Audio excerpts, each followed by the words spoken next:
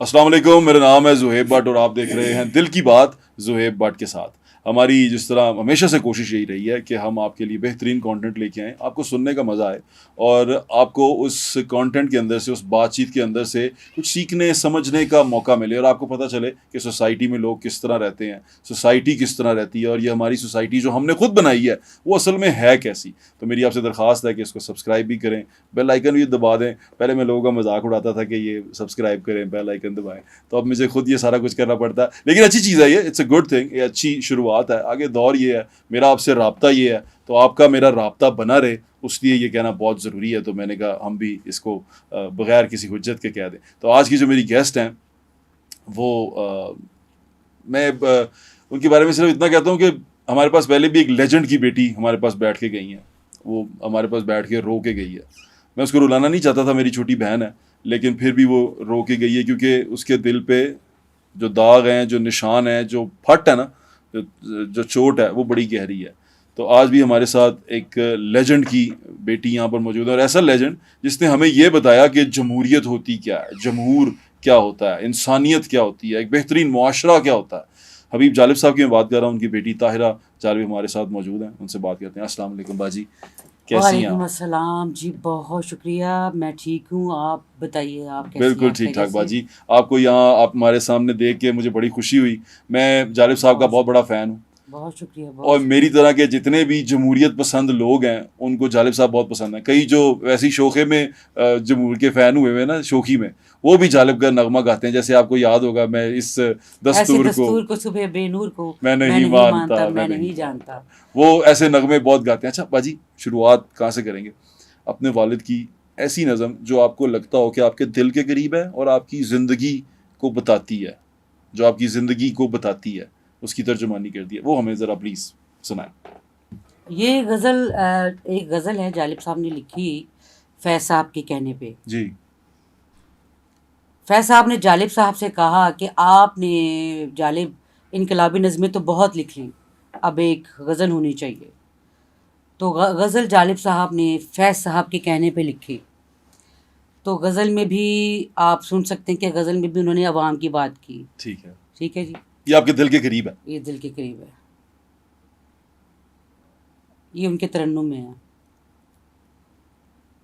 मैं गज़ल कहूँ तो कैसे के जुदा है मेरी राहें। मैं गज़ल कहूँ तो कैसे के जुदा है मेरी राहें। मेरे इर्द गिर्द आंसू, मेरे आस पास आहें।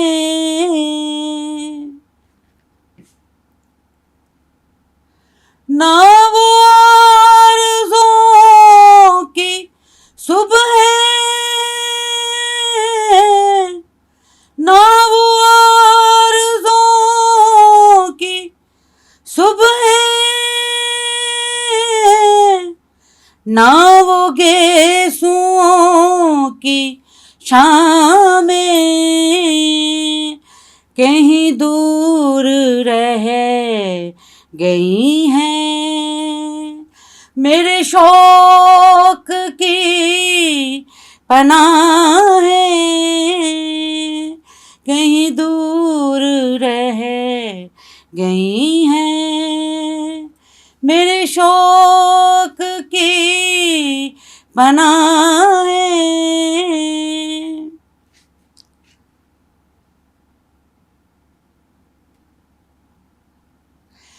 मैं ज़मीं का आदमी हूँ, मैं ज़मीं का आदमी हूँ। मुझे काम है ज़मीं से, ये फलक पे रहने वाले। मुझे चाहे या ना चाहे, ये फलक पे रहने वाले, मुझे चाहे या ना चाहे, मैं गजल कहूँ तो कैसे, के जुदा है मेरी राहें, मेरे इर्द गिर्द आंसू, मेरे आस पास आए। बहुत अच्छा लगा मुझे। बहुत शुक्रिया। और मुझे याद आ गया उनका, मैं वो एक इंटरनेट पे, सोशल मीडिया पे ही एक नज़म उनकी है जो वो पढ़ रहे हैं, वो मैं भी वो उसके बारे में बात करेंगे। लेकिन अब पहले आपसे ये पूछना चाहता हूँ मैं कि अपने वालिद के साथ कितना वक्त आपने गुजारा? जालिब साहब के साथ होश में तो 4-5 साल गुजारे। जब छोटी सी थी हम लोग एक फ्लैट में रहा करते थे, संत नगर, सांधे में। सांदा, संत नगर में। वहाँ पे एक फ्लैट था, किराए पे रहते थे। ना तो हमारे घर में फर्नीचर अच्छा सा कोई था कोई, ना कोई बर्तन, मतलब बहुत गरीबी में हम लोगों ने वो टाइम गुजारा।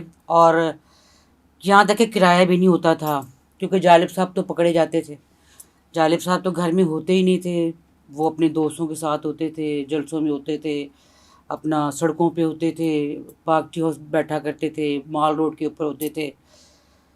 कभी भी कोई मुश्किल हो आ गई अब किसी के ऊपर भी तो उनके साथ चल पड़े।